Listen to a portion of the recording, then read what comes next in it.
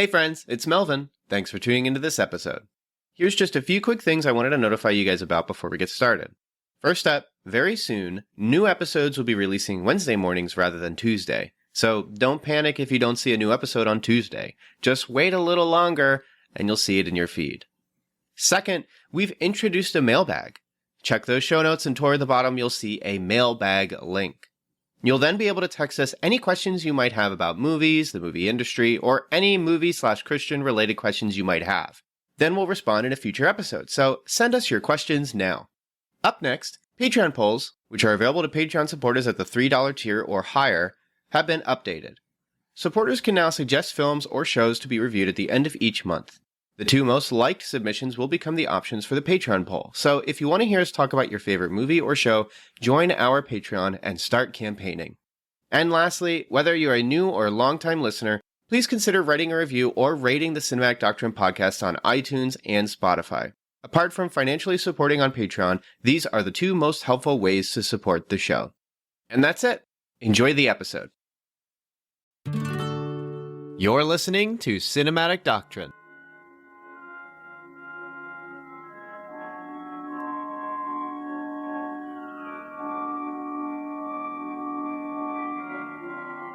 What if? What if? So, What if? What if is just a series of episodes of asking the question, what if in the Marvel Cinematic Universe?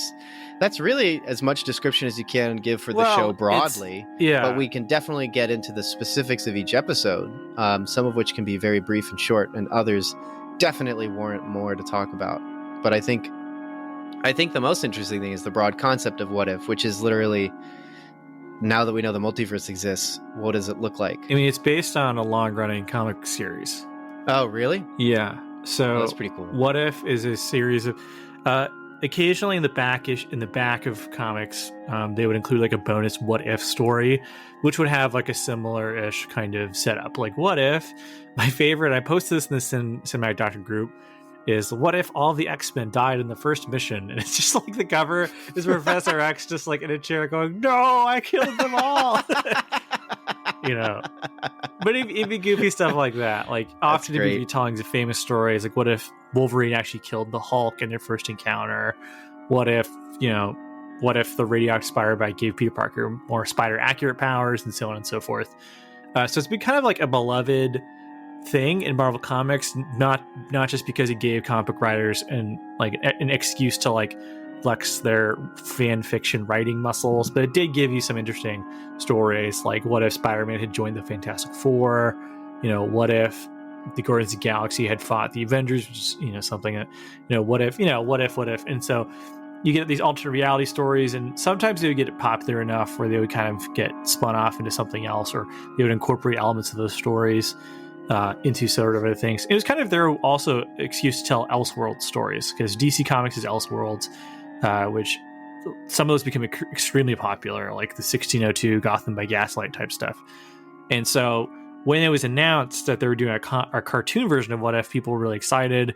There's lots of potential. And then they went and did the really weird thing, which is they also announced the show is technically canon, which is also very strange. And a few elements of the show have either been confirmed or rumored to be later appearing in Doctor Strange's Multiverse of Madness or something else. So the show is created by A.C. Bradley, who did some of the Troll Hunter cartoons on Netflix, which I don't know if you've seen any of those.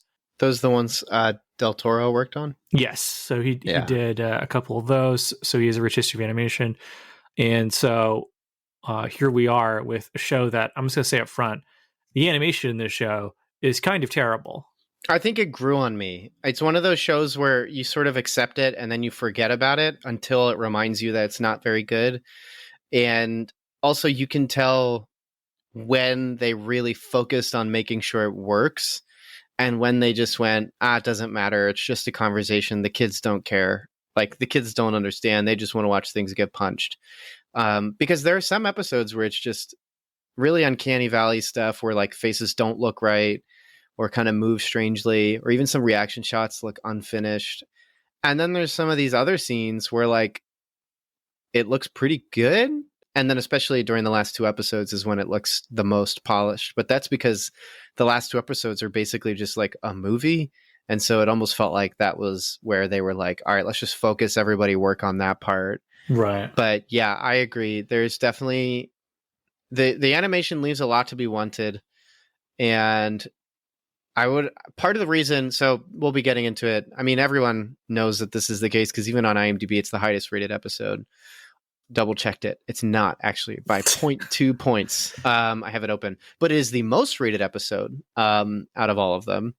Because it's probably the one everyone's saying, you got to check it out. You got to check it out. Okay, actually, no, that's wrong too.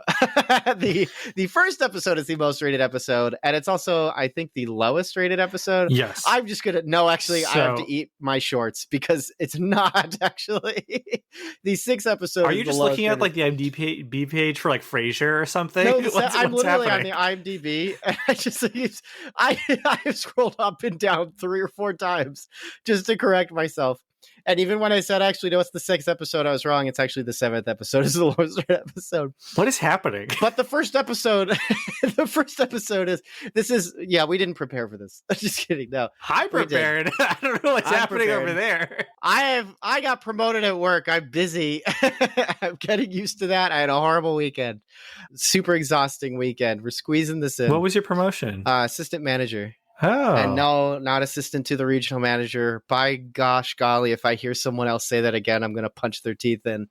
Oh my gosh, it's so That's annoying. from that show, The Office. Have you That is seen from that show, The Office. Did you not know that is the personality of everybody on the planet? Dwight Schrute. Wow, you have a movie podcast. Have you reviewed The Chosen yet? Have you talked about I Can Only Imagine? Daniel!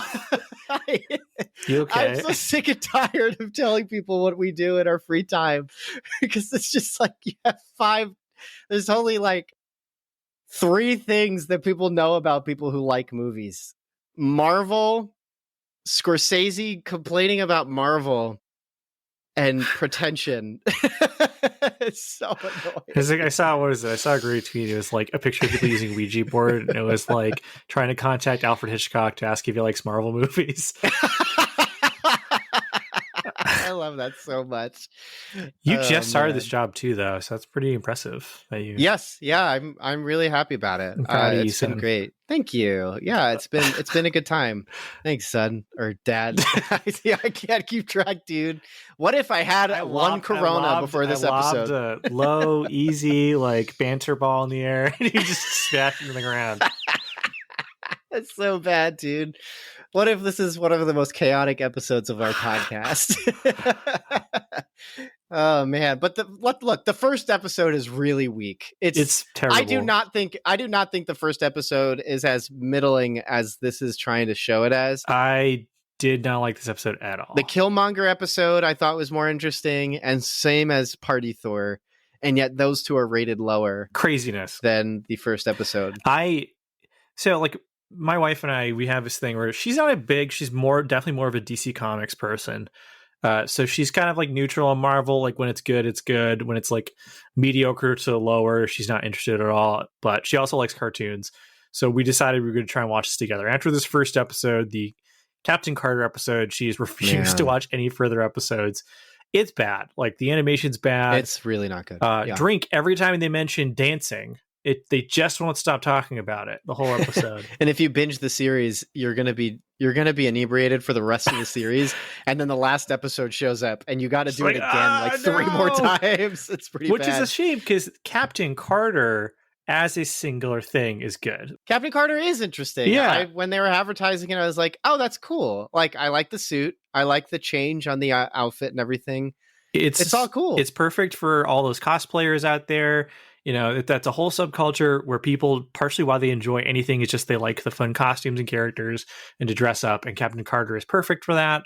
And that's one of the elements that's been rumored that they might even like bring back. I mean, it hasn't gotten past leakers and Twitter rumors, so I don't feel like it's a spoiler because 70% chance it doesn't happen at all. Yeah, it's all fake. Yeah.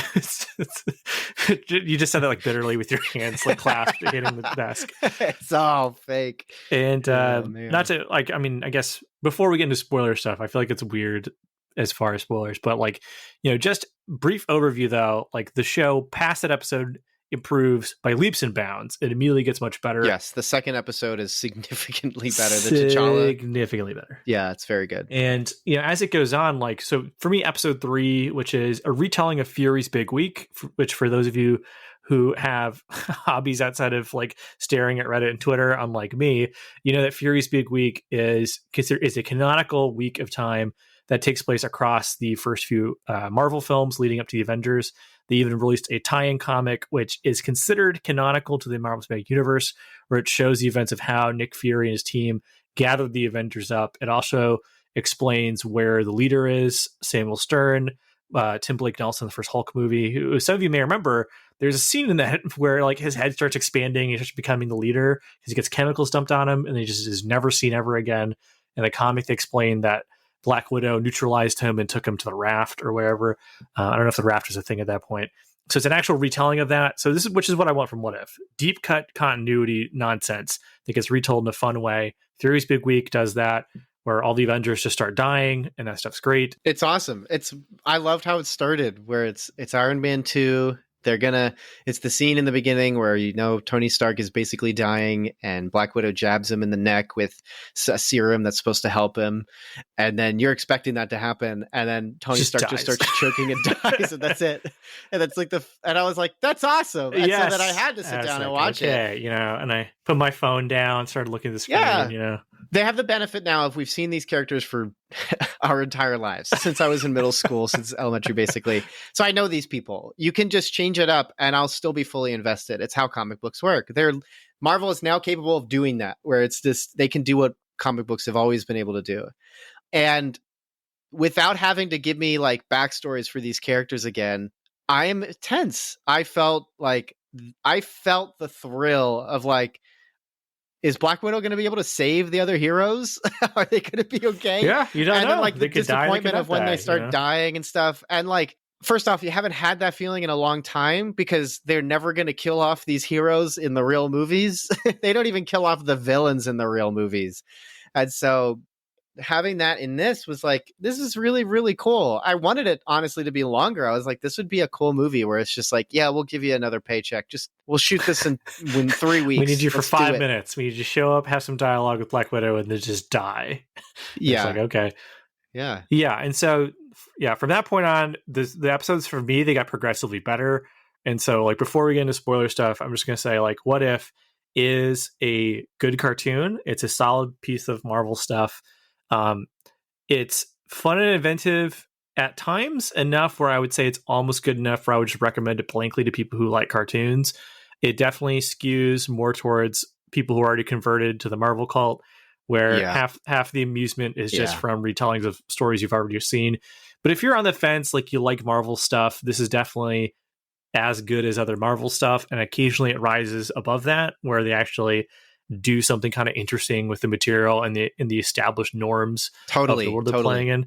So I give it a recommendation before we get into the rest of the mumbo jumbo. Oh, I totally agree. I definitely recommend it. I would even just say skip the first episode and read like the descriptions of it, because like, this is a show where everything sort of ties together from a distance. And so it does benefit you if you've watched every episode, but you don't need to watch the first episode at all. It's just not interesting. And the T'Challa one is just far more interesting in terms of playing with the concepts of what if, because the first one is just what if Peggy Carter instead. That's the only thing. But then in the T'Challa one, it's like 3 different things. It's like Seinfeld modern day. What if Jerry had iPad? It's just exactly. Yes, which is really just the Netflix special where he complains about social media. I would love to see it in the post Facebook whistleblower world, though. He would just be mad the whole time, or he'd just go, I don't know. I'm not going to try a Seinfeld voice. I've had enough. I'm done. But this episode's too chaotic. It can't handle anymore. But the show's really good. It just picks up and it gets stronger and stronger. I would say after episode 5, it sort of peters out for a tiny bit, but it's still like there's an episode with Killmonger that's really just more interesting than it is good. So I can understand why it has a bit of a lower rating than even the first episode. And then there's a Party Thor episode that's just really funny and just weird that I had a really good time with, and my wife and I laughed several times. So it's just nice to basically watch like a dumb college party boner comedy movie. Yeah. Because it's really like, it's without the boner jokes, it's a boner comedy. Like, yeah. Natalie Portman's first contact with Thor is they sleep together. And that's it. That's that. And they make a joke about that. So it's like, yeah, this is literally what if Marvel was a boner comedy. So yeah, it's really, really, really cool. I definitely recommend What If. It got way better as I kept watching it. Hey there, it's your friendly neighborhood call to action. Just checking in on you. Hope you're doing all right. I'm just stopping by to say, if you enjoy the show, you can always subscribe and write a review for Cinematic Doctrine. There's iTunes, Podchaser, basically anywhere you listen. You can give us a shout out with a thumbs up, 5 stars, gripping positivity. Or if you hate the show, you can say that too. Hey, what? What are you saying? Why are you saying that? Well, I'm not going to tell them what to do, Ted. They're free to do what they want. Our analytics say we got a lot of listeners in the US, and they love their freedoms. And you're also free to check out our Twitter. Very active there. We host polls, memes. There's also the Cinematic Doctrine Facebook group called Cinematic Doctrine Facebook Group. If you want to join, just answer the questions, read the rules, and tell them the podcast sent you. Also, you should check out our website. Some really cool stuff there. Editorials, written reviews for movies we haven't had time to cover. Always check out cinematicdoctrine.com when you get the chance. Oh, Ted also told me I shouldn't forget to mention the Patreon. Something about you can support us or something? Wait, Ted, I thought this was like a hobby thing. You want me to expand Cinematic Doctrine. You know this already. Right. Yeah, I forgot. I'm the one who put all this together. Yeah, Cinematic Doctrine has a Patreon. For as low as $3 a month, you can gain access to exclusive content like The Pre-Show, which features free-form and Christian-friendly discussions on all kinds of topics, as well as influence the podcast. That's right, each month you get to vote on a movie we discuss on the show. Previous movies our lovely Patreon supporters have chosen are To All the Boys I've Loved Before, Hamilton, Onward, and American Gospel Christ Alone. Huh, you guys have good taste. Anyways, I gotta run, so I'll see you guys later. So, one thing we have not yet mentioned is, so the basic premise is, it is these alternate reality stories, but they do have a framing device, which is the Watcher works as our narrator. He is our Rod Serling character. For those of you who watched Twilight Zone or the 2004 reboot, where Forrest Whitaker was a Rod Serling narrator for some reason. Who narrated the one that just came out? Wasn't it Jordan Peele? Was Jordan Peele the one narrating it? I didn't see it. It was on the CBS. I never checked it out. You had to pay money to watch it. Get that. No one wanted to watch that. Yeah, no one's going to do that. But Jeffrey Wright shares his beautiful, wonderful, amazing voice. The future Commissioner Gordon is our Watcher, and so he introduces the premise, and similar to Rod Serling going, imagine a world. Jeffrey Wright's The Watcher will introduce a known Marvel story. Usually they just take one of the movies and retell it in some slight variation. And he also gives us our closing out narration. And a few times he even does the Twilight Zone thingy where he has a kind of wry, almost jokey, but kind of morose tone to it. And as the episodes go along, I was pleasantly surprised by their willingness to get dark. Like we mentioned in episode 3, where it's literally most of the Marvel characters just getting murdered over and over again. And for almost no reason, and just out of nowhere. I don't know. It's tense. It's probably pretty traumatic for kids to be watching their favorite animated characters just being killed. I have a thing about that in a second, believe it or not. But for me, the darkness of it kind of even ramps up for the next episode, which is possibly my favorite episode of the entire series, it's mine too. Which is the Doctor Strange episode where What If, instead of being alone in the car accident, what's her name? I only know her by the actresses. Christine Palmer. She's only in one movie, so it's the name never stuck. Yeah, she dies. And so Doctor Strange keeps trying to go back and using the Eye of Agamotto. He keeps trying to go back in time to save her, keeps trying to change situation, and she just keeps dying over and over and it's over again. Heartbreaking. It's so sad. At one point, she just dies while they're having coffee. Not even a car accident. She's just dead. And so it leads him down this dark path where he keeps looking for darker magic to try and live in a world where they exist. And the episode has one of those sad has a very sad ending, and it's important because it's the first time the Watcher actually speaks to a character in one of the stories he's telling. I just want to say I love the trope of a Watcher style character, someone who witnesses but cannot participate. That is the ultimate audience stand-in, because that's you. Like, no matter how much you care about these characters, you cannot stop them from feeling bad. You cannot help them feel happy. And so having a character who can voice those things is great. And so this is like just this wonderful episode where you get to kind of do that. You get to kind of step in as the character talking to these other characters. But it's like, it's just heartbreaking and terribly sad, and adds this totally new dynamic to the tragedy of the entire situation. It's crazy. Yeah, the end of the episode, Doctor Strange literally cries out to him for help, and he says no. Yeah, and he's like, terrible. I know you have the power. I know you can change all of this. And the Watcher's like, I'm not going to. Yes, it's a great 35 minutes of television. I would go so far as to say it's the episode I think would stand out on its own, even separate from the whole Marvel thing. Like if you you could just show watch it to it. Somebody, it would totally work. Well, the ratings even on IMDb here, and I double checked. The first two, it goes 14,000 reviews, 13,000 reviews, 11,000 reviews, and then the fourth episode, 13,000 reviews. So this episode is definitely being told, like, people are telling each other, hey, check out the fourth episode. You've got to watch this one. Because at the very least on IMDb, that's what's happening, because people are just skipping 3 episodes to get down to that one. It's good. Yes. It's a good episode. And in a stroke of luck, the follow-up episode is the one that was probably the most hyped up beforehand. Oh, yeah. Which is Zombies, which for those who do not know, Marvel Zombies is its own comic series. Like it's considered its own universe in the Marvel world. There's multiple series of Marvel zombie comics. I've actually read them all. A patient at the hospital when I worked there had the full compendium compilation. Oh, sick. So he just handed it to me. He was like, hey, check it out. And so I just sat there reading it while working, like on the unit. There's like people screaming in the background, and they're like, Dan. I'm like, yeah, I'm busy, you know. And I was interested in this one because beforehand there was mention that there was one episode they wanted to do that they weren't allowed to because it was considered too dark, which is they wanted to do an episode based on the famous Spider-Man thing, or what if Spider-Man had like 6 arms, like a real spider and stuff, and they weren't allowed to do it because it was considered so too horrific.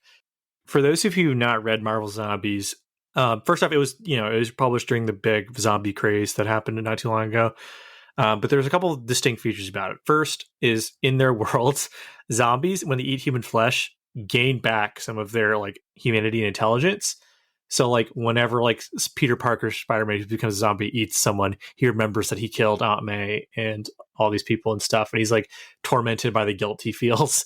Very dark and sad detail. Mm-hmm. There's a bunch of stuff that like is in the comic that gets referenced in this cartoon. Like someone does keep Black Panther alive and cuts off parts of his body periodically to eat them to keep his intelligence and stuff like that. But my whole time I was like, how are they going to do this story in a way that'll be acceptable for what is technically a kid's cartoon? Yeah, satisfying to zombie fans and then satisfying to parents whose children are sitting right next to them.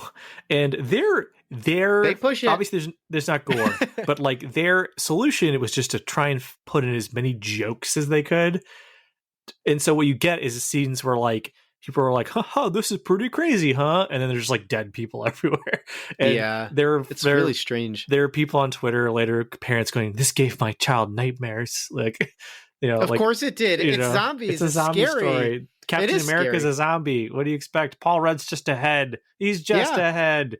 It's great. It's genius. Like which character literally dies because Wasp enters their body and then just expands. Like, it's so cool. Yeah, they do the zombie thing. You know, there's not guts and blood everywhere, but it's like people get gooey, but it's not red, so it's not blood, so it's okay. Yeah, it was black. I think like when they hit something, it's just black. Yeah, it's a pretty solid zombie story. The twist is that, you know, Vision is made a bunch of morally not good decisions. Scarlet Witch has her Scarlet Witch powers while as a zombie, and it's just like they do the zombie movie thing where it's a group of people. There's a place they go to for a reason, like a hopeful reason. Get there, it's not what they expected, and they leave on a bit of hope, as Spider-Man, Black Panther, Paul Rudd's head, and I don't know if there's anyone else on the plane, but they're like, all right, we'll go to Wakanda. And then there's that final Watcher moment where it turns out Wakanda is just filled with zombies, including Zombie Thanos with the Infinity Gauntlet.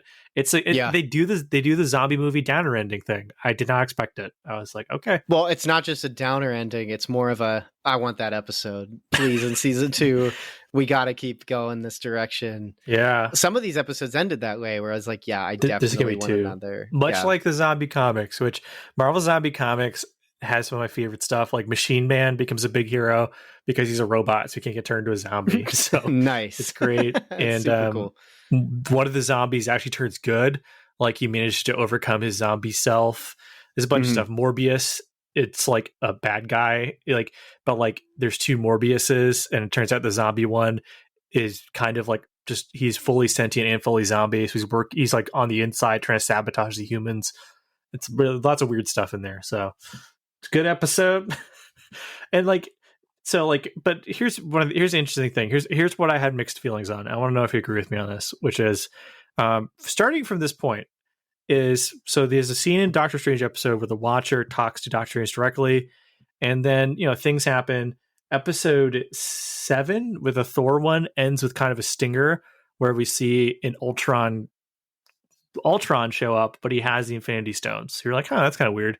And then episode 8, Ultron it's Ultron with the Vision body with the Infinity Stones, gains the ability to see the Watcher, and he realizes that there's a multiverse, and he begins to directly fight the Watcher. And so I had mixed feelings on this, or I kind of didn't like. I was kind of thought it was refreshing that we had a Marvel thing. It's just episodic. There's no continuity. There's no big bad at the end. You have to worry about crossovers and stuff. I thought it was refreshing. And then not only does it violate that, we have an ongoing multiversal threat that everyone has to band together to fight. And I was kind of like, must we do this with this too? Was kind of my initial feeling. As much as I liked Infinity Ultron, which is what they're calling him, as a comically overpowered villain. He's like your fan fiction, super strong. Yeah. He has all the things. He's got Thanos shows up and he just cuts him in half immediately down the center, which is cool, admittedly, but super cool. Yeah. And before we get into the last 2 episodes, which is the stuff I'm sure people want us to talk about, how did you feel about this? I did not expect to like it so much. What if? I heard about the first few episodes. I've seen our chat where both you and John were like, that first episode, not too good. And so then I was like, and even at one point, I think there maybe it's cut content from the episodes, or maybe it was just in our chat. But I think you were just like, I don't even know if we're reviewing What If. And I'm like, why? Because I haven't watched a single episode. And it was just like, so it was just not on my watch list. And then this week it was like, what are we going to do? And it's not like I've seen James Bond ever, so we can't do that. So I guess we could have, and that would have been really interesting. But then it would just be a bad take from Melvin because he has no connection to anything that's going on. So we finally just decided to do this, and I binged it. I binged all 8 episodes that were out, I think on Monday or Tuesday, and I had loved it as it got better and better and better. And I was totally engaged. I loved how each episode has its own thing. And I started to like how they kind of do the thing that you figure J.J. Abrams wishes he could do, but he never really seems to do, is the whole box thing where you put the box in there and then you talk and you never bring it up and then you leave and it's like, well, what was in the box? Except in this, they really patiently open it up. And that, of course, is the Watcher. At first, you don't even see him. And then as episodes continue, you get more details of his character model. Until, episode 4, when he's just outright talking to Doctor Strange. And then even so on and so forth, you're seeing him in backgrounds, which I really liked. And I love this trope so much. It's just one of my favorites. So I was totally into that. And then, as it keeps developing to like the Killmonger episode, which definitely was like after the zombies episode, you're kind of coming off of a high because you had this 2-episode streak, frankly, a 3-episode streak. I was still definitely interested and engaged because I was thinking, well, there's definitely going to be more seasons and I really want to see some of these stories continue. And I also really want to see what other stories they have in mind. One of my other favorite aspects is just where they would decide to to say what if. It wasn't just like, what if Killmonger, what if we followed Killmonger? It was, what if Killmonger saved Tony Stark from Iron Man 1? Yeah. That's really interesting. Or even the what if zombies is, what if Hulk, after being attacked by Thanos, is now shot back to Earth, so where he would meet Doctor Strange and Tony Stark? What if zombies just took over? Legitimately good cold open for like a zombie story. Yeah, because it's the guy, it is the wake up in the hospital, step outside, and where is everybody? In New York. Like, that was really interesting. And then to just watch the zombies, basically the zombie Avengers are so much more overpowered that they just destroy, what are they called? The Thanos' underlings? I forget what they're called. They have a name. Yeah, the Black Order or something. The Black Order. They just destroy them. Like, not just, they eat them. Completely obliterate them. Shrouded in shadows, of course, to keep it from being like a TVMA, but it's the classic simulcast anime that's clearly adult with gore, and they put like a streak of light in the way or like a streak of shadow in the way. Because like, what is it? There's a zombie. Oh, it's zombie Captain America gets cut in half, but then when he's falling down the tracks, it gets darker and darker down the tracks, so you can't see his body really that much. He's just fine. It doesn't change it, and I understand. It's like, yeah, you need to make it accessible, but all that to say is I liked where they chose certain things. Just the concept of like, what if Thor was an only child? Well, he just turns into a frat boy. Like, we're just going to have an Animal House episode. And Loki's like, just a frost giant all the time now. Yeah, it's like really funny. And so I really, really enjoyed it. And then as you got to the ending where it became this like, everything comes together, culminates into like your big cosmic multiversal battle. I enjoyed that. I thought it was pretty cool because I was thinking to myself, this is peak comic book. This is peak. We've made it. We can now just do whatever we want. We can just have a crossover that makes quote unquote no sense, but now makes total sense because we know all these characters anyway. Not only that, we know these particular versions of the characters because it's not just T'Challa, it's Star-Lord T'Challa that becomes one of the guardians of the multiverse at the end. And I don't know. I thought that was really, really cool. I don't like all of the big event things in comic books. I've mentioned previously on the podcast that I think Final Crisis is just terrible, which is part of why I'm not looking forward to more Snyder cut stuff because he's in love with Injustice and Final Crisis. And those are just two particular things that I think we're done. We've moved past these things. But I know like things like Blackest Night with DC, where it's just like, again, what if zombies, but the heroes.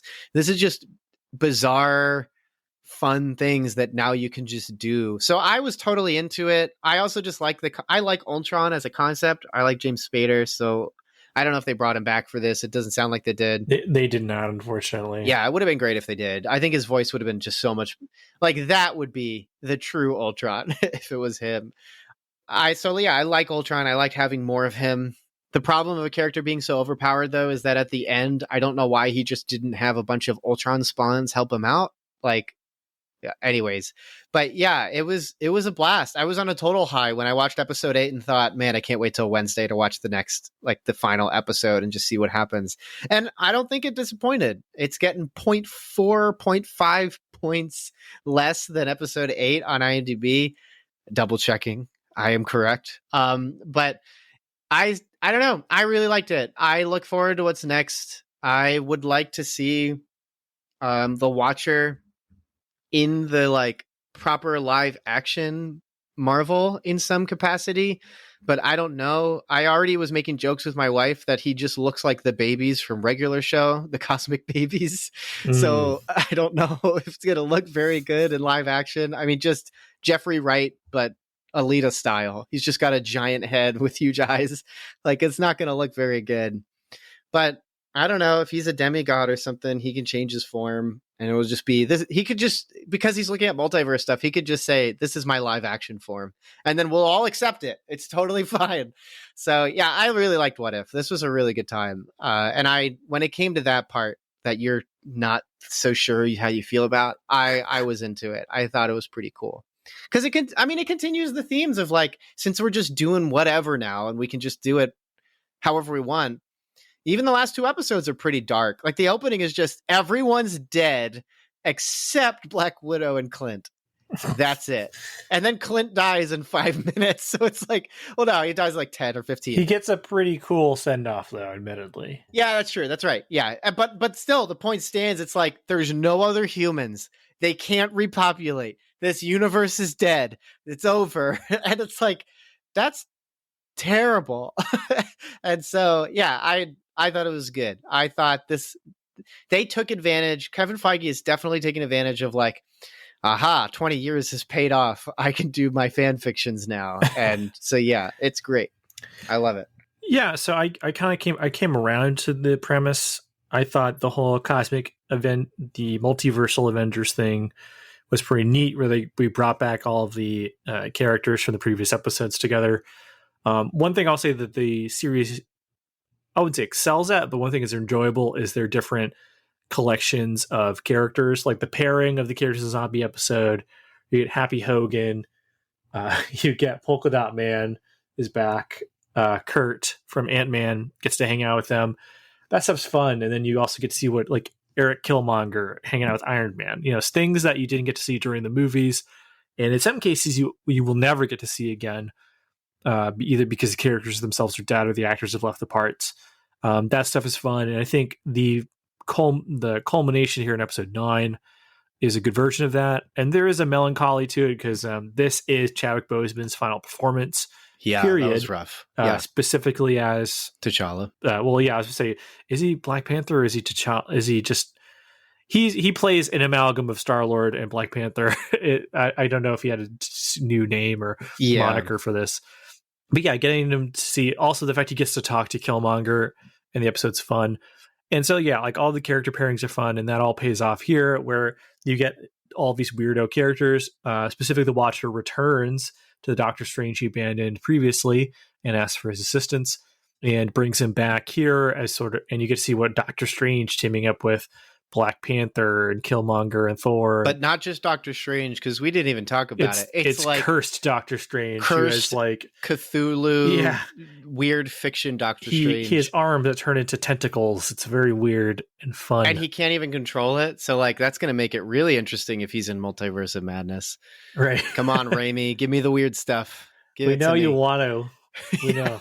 If you could get away with it, you have like stop motion skeletons fighting Doctor Strange, Yeah. So yeah, I think it all comes... Infinity Ultron's cool, and there's like payoffs where like at one point Doctor Strange opens up a portal to the zombie world, and all the zombies following him, and then zombie Wanda fights him. Yeah, you get really cool payoffs. It really comes together. Yeah.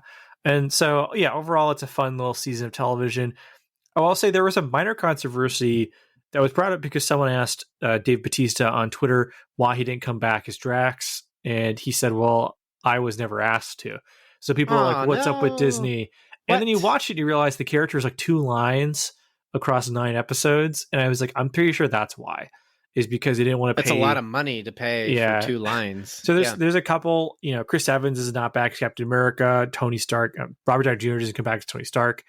A couple of the big actors do come back, notably, Benedict Cumberbatch just come back. I think Natalie Portman actually does voice Jane Foster, for example. So if you look through the voice credits, there is like Jackson plays in Samuel Jackson's Nick Fury still. Yeah. So Don Cheadle is back as Rhodes. Serkis is back as Claw. Jerry Renner plays Clint, but it's not like he's really doing much of anything anyway. So I guess it works. Yeah, Hemsworth is there.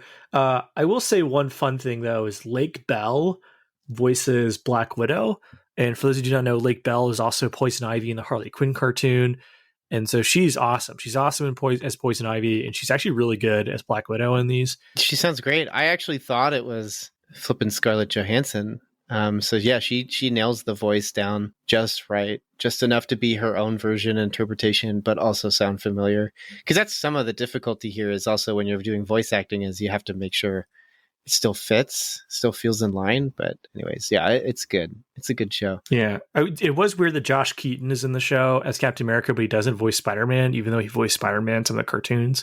That was weird. I thought it would have been cool if they got Drake Bell to do this. Oh, yeah. That would have been a good time. Also, it made me so happy to see Spider-Man. I think it's because I don't know. It's been a while seeing Spider-Man in New York, and you only get him in New York in this for like 5 seconds, just like in every other Disney one. But it just feels really good, even if it is zombies. And Yeah, it was great. I love Spider-Man. I didn't know I loved him until literally this moment, and not this moment, but like this episode where he shows up, because like it was like immediate hit of joy. Yeah, your eyes turned into giant hearts, and It's they're bursting out of crazy. your glasses. It's It's very amazing. weird. What if Melvin loved Spider-Man? I two things. First off, I'm hoping that in Spider-Verse, they bring in like the guy, like the Spider-Man the animated series Spider-Man, the Reno Romero Spider-Man from like the PlayStation games and that stuff. And I think that would be fun. But looking at the voice cast, it's weird. I noticed this, like George St. Pierre came back as Batroc the Leaper for like 1-2 minute scene in like the last episode, but then they couldn't get some of the other like big name actors to come back. It's very weird who they got to come back and who they didn't get to come back. Because like Leslie Bibb is Christina Everhart again, and she hasn't been around. The last regular role, I think she was in Iron Man 2, and then she was in the WHIH YouTube shorts and stuff. Mhm. So it's like weird that she's back. But then like I don't think, I'm just seeing here now if Mark Ruffalo came back as Hulk. He did come back as Hulk. Why doesn't he sound like Hulk? It does. It sounded like that. Liv Tyler didn't come back as. I mean, why would you? But like they got Leslie She Bibb has back. no reason. Karen Gillan's back for Nebula. Kurt Russell, yeah, he comes back for like 2 lines. I noticed That's that right. was him because I was I knew it. I was like, oh, it's totally him. Either they got someone who does a really good Kurt Russell impression, or I don't know what's up. What a good time. But of course, Red Skull, the actor for Red Skull, has not been back since. He didn't even come back to play him at Endgame or Infinity War. So yeah, what a bummer. I was bummed that he didn't come back for Endgame. So there was a minor controversy about that. I think they didn't want to pay the big name actors who had small roles or who weren't willing to come back for smaller rate or something. That's my impression based on some of the casting decisions they made. But yeah, or if like, or I don't know. Or maybe like their age, like Batista's agent might have turned it down. He might not have even ever heard about it. So yeah, that's possible. He's busy filming Dune right now. He can't come do your cartoon. I'm sorry. Yeah. Could you imagine just having an agent in particular, like in your hiring? Agent must be pretentious, must protect me from bad roles. And yeah, I will say there's a fun mid-credit scene where Peggy Carter sees that this Steve Rogers is frozen or whatever. Yeah, that's that was cute. nice. That was nice. So, overall, I thought, what if it really exceeded my expectations? I had none for the show. I was like, oh, cartoon. Okay, I guess I'll watch. I like cartoons. They're also doing Star Wars Visions, which I have not seen yet. So, yeah, I was like, okay, yeah, let's do What If. And then I was pleasantly surprised. The show kept getting better. I hope for season 2 they take more risks and we get more wacky stuff. And I know this is a pipe dream, but I would love if they start incorporating stuff from the other older shows, like if they do Agents of S.H.I.E.L.D. or Netflix-based What If things. I think that would be cool. Honestly, there's so much weird stuff in the show, like Ghost Riders and Agents of S.H.I.E.L.D., for example. I would like to see some Ghost Rider stories, Might as well bring back Nick Cage. Why not? Why not? I will say, for those who don't know, in Agents of S.H.I.E.L.D., they use the Robbie Reyes Hispanic Ghost Rider, which first off, yay, let's get for like a deep cut fan favorite character, because he uses a muscle car instead of a motorcycle, and it's awesome. That's cool. And but Gabriel Luna, who you may know as the evil Terminator in the most recent Terminator movie, is Ghost Rider, and I think he'd be a great like guy to just show up in a What If episode. At one point, Phil Coulson becomes the Ghost Rider. It's pretty stupid, but okay. But that would be like a fun like What If thing.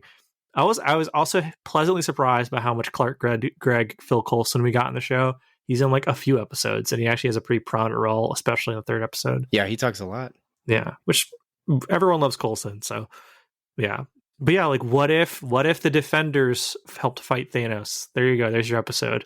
That'd be interesting. What if the Punisher just with his baseball bat fought Thanos? It's the whole what if Punisher killed the entire Avengers?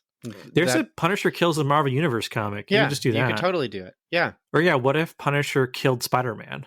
That'd be like, because the comics he initially was brought in as an assassin to kill Spider-Man. So what if they just did that in a What If episode and John Bernthal gets to scream for like 20 minutes or whatever? Sure. That'd be all really interesting. Yeah. I think I remember reading that they had pitched something like 30 different episodes 30 different ideas to run with, and they had rough cut concepts for each of them and where they'd go. And then, yeah, Disney was like, okay, hold up. We'll give you 8 episodes or 9 episodes. And so I'm sure in the time that they were working on it, they were also brainstorming beyond that. So I'm sure they have something of like 30, 40, 50 more episodes that they could do. So they have like 10 seasons of this show planned, basically. Yeah. And why not? I mean, there's so much that they can do anyway. I think if they want to be able to keep doing it well, they do need to keep it distance. So like the fact that they saved the Ultron stuff for the last 2.1 episodes is what works best here, because yeah, the more it gets connected to the Marvel universe, the less I feel like it'd be able to do. Because a lot of the fun of the show is that, like, yeah, you could just put on one of the episodes and you don't need the rest to jump into, which is just something in terms of streaming that I would like to see more of anyway. I have, this is more of a streaming discussion topic, but like sometimes I think about like the classic put on television, just watch whatever's there kind of thing, which I'll never do again because I hate commercials. But there's something comfortable about like a curated list of stuff going on, which at the end of the day, TV channels were that. It was a curation from editors deciding what they want, or programmers on what they want for their channel. And I know that, like, I think I've talked to you, Daniel, about this, that Shudder, I don't know if they do this anymore, but on their streaming service, there was 3 channels. One of them was the Gulag, which was year-round a pumpkin that had a candle in it, and it had Halloween noises and sound, which is really just leaves rustling and wind and the occasional, like, crow or, like, spooky noise. But then another channel was just, like, during that week, it was slasher movies. And so you just put it on, and whatever it had on was there. And I kind of would like to see something more like that, but with the way streaming has continued to go, it's like, no, if you start a show, you have to start with episode 1 and you have to binge it, or else you're going to forget where you are, and you lose a lot of the engagement. It's just it's converting so much of entertainment into a hobby or like a job of emotional engagement. And What If is comfortable because it's just 32 minutes and then it's over, and you start the next episode and a new plot starts with new heroes and a new problem, and then it's over. And some of the jokes are funny, not because they're jokes, but because of the concept. I mean, part of what makes episode 2 so funny is it's still the same Thanos. He still thought genocide was a good idea, but T'Challa talked him down, and he's like, yeah, I guess you're right. But then he's still going to bars going, yeah, but it's a good idea. He's meeting the people of Wakanda and just like, and we're like, but that's just genocide. And he's like, but it's not because it's random. Yeah. It's like, that's funny. That is some of the funniest jokes in the Marvel Cinematic Universe since Guardians of the Galaxy 1, where it's not just bad punchlines and jokes that are not funny at all. And so I don't know. I want more. I want more. And I want it to continue to be comfy. It's nice to have the last 2 episodes be the bit that's like thrilling and intense, but that's because it's 2 episodes out of 9, and that means it's only 40 minutes out of 5 hours, and that's very good. Yeah. So give me more of that. And like most of these stories are either from phase 1 or phase 2, so there's a ton of stuff that they really haven't touched. Like most of these episodes were takes on... There are characters they haven't even touched. Yeah, those whole characters haven't even appeared yet. Yeah. So like, yeah, there's some phase 2 stuff like Doctor Strange and the Guardians and Black Panther, if I'm remembering my timeline correctly. But yeah, there's just like, most of it was like retellings of some of the earliest Marvel stuff, you know? Mm-hmm. So like, there's so much ground that they haven't even covered yet. And eventually, I'm sure, like season 15 of this show, they'll be like, "Yeah, what if Wanda and Vision got married somewhere else, you know, or whatever? Or what if like Loki married his, you know, Sylvie and they had a family, you know, or whatever?" So there's the very nature of the Marvel machine means this show could literally never end. It's so smart. It's one of the smartest things they've ever done. Well, the comic has been running forever, you know, and because it's like the formula is so simple. Take something that you know has happened other people are coming up with your ideas for you at this point, essentially, and then just do something different with it, you know? And not only that, if it's popular enough, it can cross over into the live action. And why not?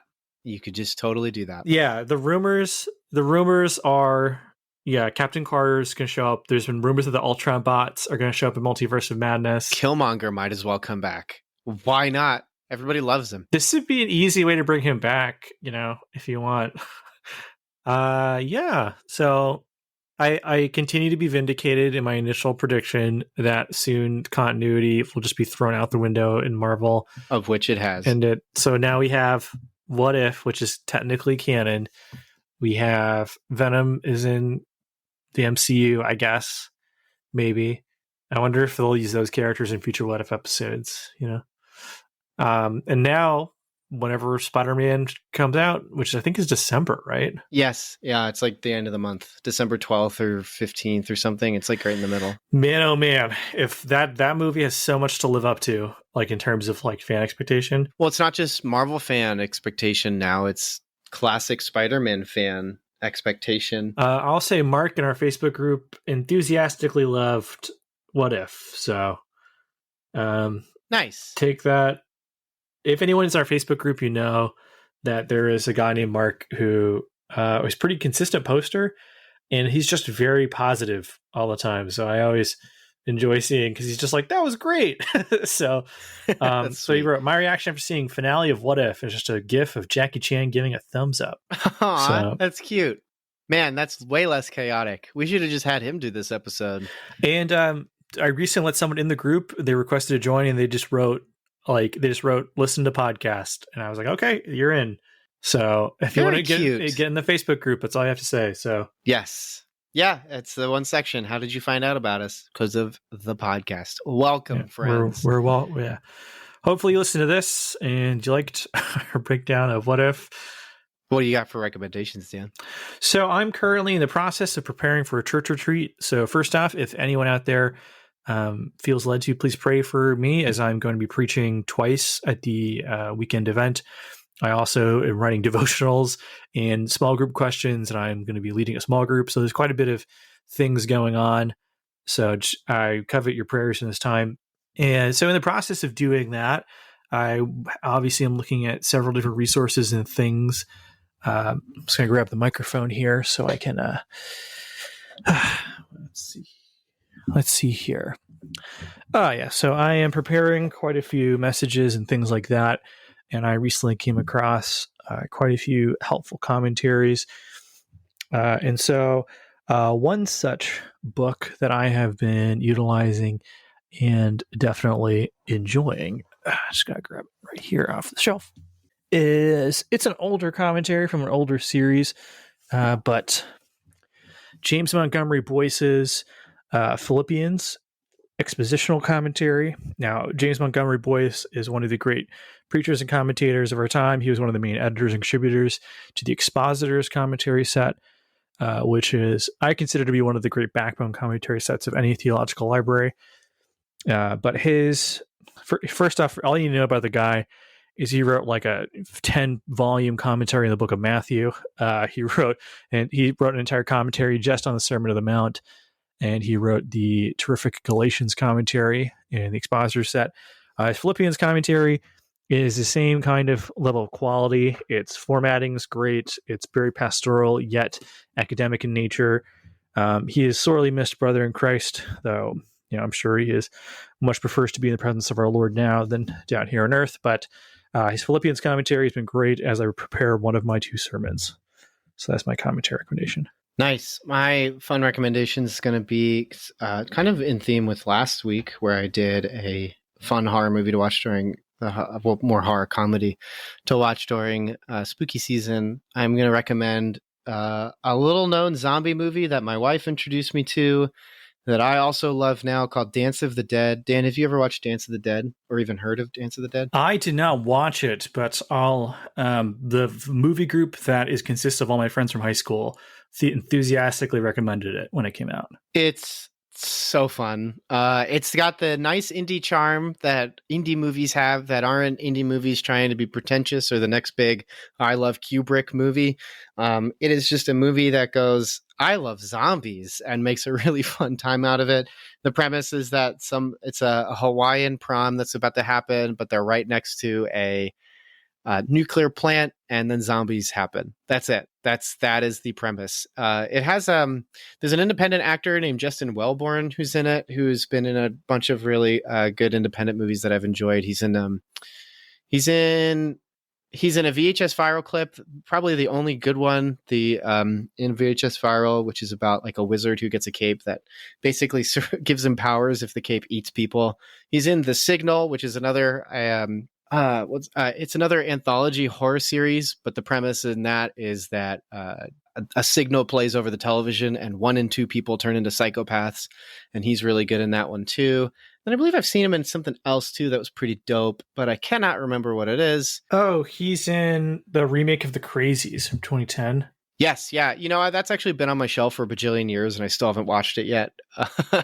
Is he one of the prominent actors in it too? No, he's a minor character. Bummer. But the remake of The Crazies is pretty solid as far as horror remakes go. Yeah, I've heard that. That's why it's still sitting there on my shelf. But yeah, I'm definitely recommending Dance of the Dead because it's just a good, fun time. Nothing inappropriate, nothing that would make you, other than just zombies dying. But even then, since it's so independent, there's not even that much gore. It's just fun. That's it. It's just one of those. It is the equivalent of one of those, like, it'll take you back to going to the Best Buy and trying to pick out a movie for your Friday night because your friends are coming over and one of them's bringing the pizza and the other one brought the popcorn. The other person burnt the popcorn, so you had to have someone run out and buy more. They came back and the movie's already 12 minutes started, so they had to get filled in while you tell them. Then your friend shushes you, and then you get to the end and you're like, this was great.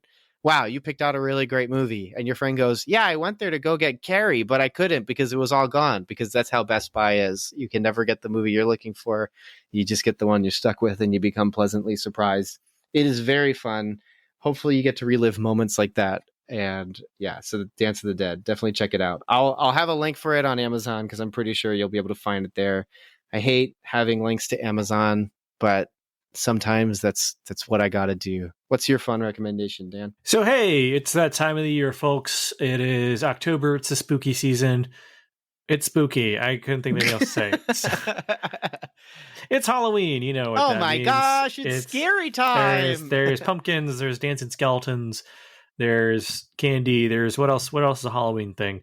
There's Christians who are upset. There's churches having harvest parties because that's what we like is harvests. All Saints Day. We're celebrating All Saints Day. Definitely not a Halloween party. We just love harvests for some reason. You know how it is. So obviously people are looking for horror movie recommendations. The college group kids are asking me what some of my favorite horror films are. One kid said they're like 20 years old. To me, they're kids, but she told me she's seen Train to Busan 6 times. And I was like, that's crazy. That's a good one. Good movie. That's a good one to watch 6 times. Anywho, so I was thinking about that, and they're like, oh, what's the scariest movie you've ever seen? What's messed up? And I'm just like, I don't know if as your pastor, I don't really want to recommend movies that mess me up. Yeah. That makes me sick. As your pastor, I don't know if I could be like, yeah, man, have you seen Hereditary? You seen The Witch? You seen Cannibal Holocaust? Whatever. So I was thinking about like, what's a good, spooky, appropriate thing I can recommend to people? And the answer is obvious. It is Over the Garden Wall. It is currently on Hulu. Yeah. It's great. It's HBO Max. Is it on HBO Max as well? Yes. It's I have it on DVD. I've never seen something so fully and completely capture the good feelings of Halloween, what it feels like to be a child, so the natural comfy spookiness of walking down a street while the trick-or-treating is winding down and things starting to get quiet. It captures that feeling in a way nothing else does. But more importantly, it is a beautiful modern fairy tale. It is a heartwarming story about brotherhood, about letting go, about loss and life and love, and trying your best and embracing both the absurdity of life, but also the scariness of doing things that maybe you're afraid to face, which ultimately is the type of spooky scariness that I think Halloween at its healthiest can be, where we learn to face our fears in healthy ways and do so with the help of our friends. It's never too scary. It's never not kind of scary. I don't know how to fully describe the feeling. And this ongoing melancholy and seasonally appropriate for children, young and old, ness to it. It's full of great songs. It's full of beautiful animation. It's awesome. It makes me feel things in a way.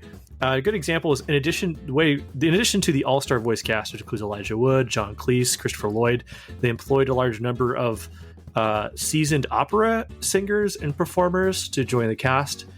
So there's all these great like little musical moments where people have these amazing vocal performances while the characters meet a surreal cast of characters. It is kind of Kafka-esque, if I may use that, where there's absurd logic utilized as these two children journey further into the woods and meet some of the strangest, most whimsical characters you'll ever see.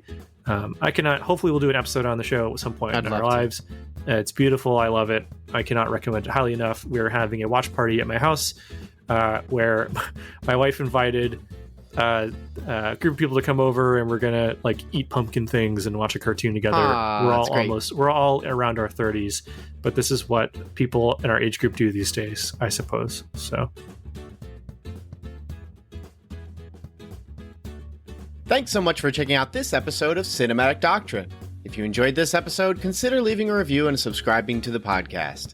And as mentioned before, Cinematic Doctrine has a Patreon. For as little as $3 a month, you're opted into a once-a-month movie poll where you decide a movie we discuss on the podcast. There are other unique benefits that come with supporting the podcast, so be sure to check that out at patreon.com/cinematic doctrine. A special shout out to those who support at the Art House Theater tier on Patreon. Thank you so much, Mom, Dad, Melanie, Shirleyan, and Thomas. You guys are the best, and your continued monetary support is greatly appreciated. Until next time, stay cool. Want some Cinematic Doctrine swag? You're in luck. We've got 3-inch Cinematic Doctrine logo stickers exclusive for Patreon supporters. Perfect for your travel mug or laptop. Head over to patreon.com/cinematic doctrine, link in the show notes, and choose the independent theater tier. Doing so will net you other perks too. But let's be real, the podcast stickers are the coolest perk. So get yourself some podcast stickers by supporting on Patreon.